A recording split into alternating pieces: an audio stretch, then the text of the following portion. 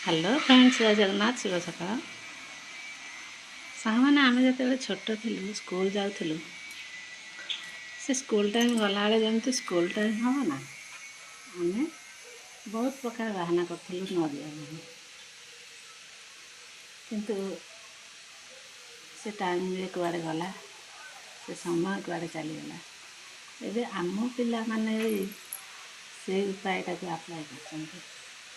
School ଯିବା ପାଇଁ ବିଭିନ୍ନ ପ୍ରକାର ବାହାନା, ପେଟ କାଟୁଛି, ଆମେ ଥଣ୍ଡା ଜୋରରେ, ଆମକୁ ଜ୍ୱର ହେଇଛି, ଏମିତି ବିଭିନ୍ନ ପ୍ରକାର ବାହାନା କରିକି ପିଲାମାନେ ଆମକୁ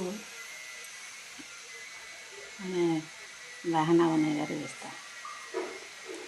ସେ ଦିନ, ସେ ଟାଇମ୍, ପିଲାବେଳର ସ୍ମୃତି ସବୁ ଆଉ ସ୍କୁଲ ଲାଇଫ୍ କେତେ ସୁନ୍ଦର ଥାଏ, ନୁହେଁ କି ସାଙ୍ଗମାନେ? ଜୟ ଜଗନ୍ନାଥ।